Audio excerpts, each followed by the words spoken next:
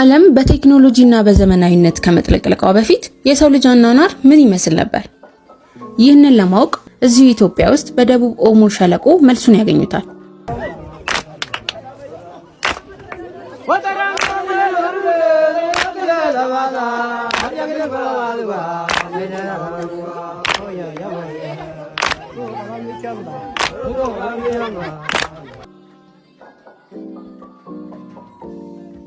የኦሞ ሸለቆ በደቡብ ምዕራብ ኢትዮጵያ በቱርካና ሐይቅ አቅራቢያ የሚገኝ 165 ካሬ ኪሎ ሜትር ያህል ስፋት ያለው ታሪካዊ ስፍራ ነው። በዚህ ስፍራ የተገኙ የጥንታዊ ሰውና የእንስሳት ቅሪተ አካል የሰው ልጅ አመጣጥንና እድገትን ለመረዳት በዓለም ላይ ከፍተኛ ሚና ተጫውተዋል። ታዲያ በመጀመሪያ የምናገኘው ዓለምን ያስደነቁትን የሙርሲ ህዝቦች ነው። የሙርሲ ሴቶች በከንፈራቸው ላይ የሚያደርጉት የሸክላ ወይም የእንጨት ሳህን ውበትን፣ ጥንካሬና ማህበራዊ ክብርን ይወክላል። ሳህኑ ትልቅ በሆነ ቁጥር ሴቷ በማህበረሰቡ ዘንድ ያላት ክብር ከፍ ይላል።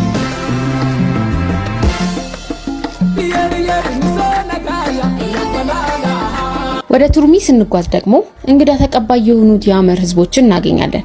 የአመር ሴቶች በተፈጥሮ ቂቤና በቀይ አፈር የሚሰሩት ውብ የፀጉር አሰራር እንዲሁም የሚለብሷቸው የቆዳ አልባሳት በተፈጥሮ የተከበሩ መሆናቸውን ያሳያሉ። ወደ ደቡብ ዳርቻ ስንርድ ደግሞ የዳሰነች ህዝቦችን እናገኛለን።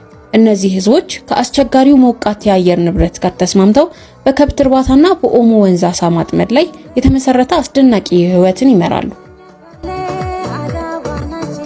የኦሞ ሸለቆ ባህሎች ልዩ የሚያደርጋቸው ትርጉማቸው ነው። ለምሳሌ የሐመር የበሬ ዝላይ።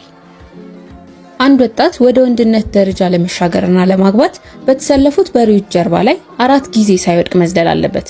ይህ ስነ ስርዓት ለመታደም በመቶዎች የሚቆጠሩ ሰዎች ይሰበሰባሉ።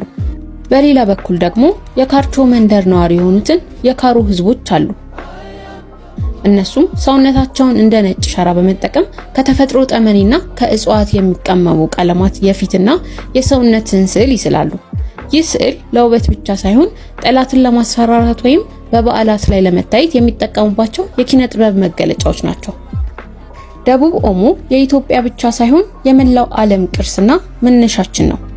ይህ ታላቅ ታሪክና ባህል ጠብቆ ማቆየት ደግሞ የሁላችንም ኃላፊነት ነው። ስለ ኦሞ በጥቂቱ አልናችሁ። እናንተስ ከነዚህ አስደናቂ ባህሎች ውስጥ ይበልጥ የሳባችሁ የትኛው?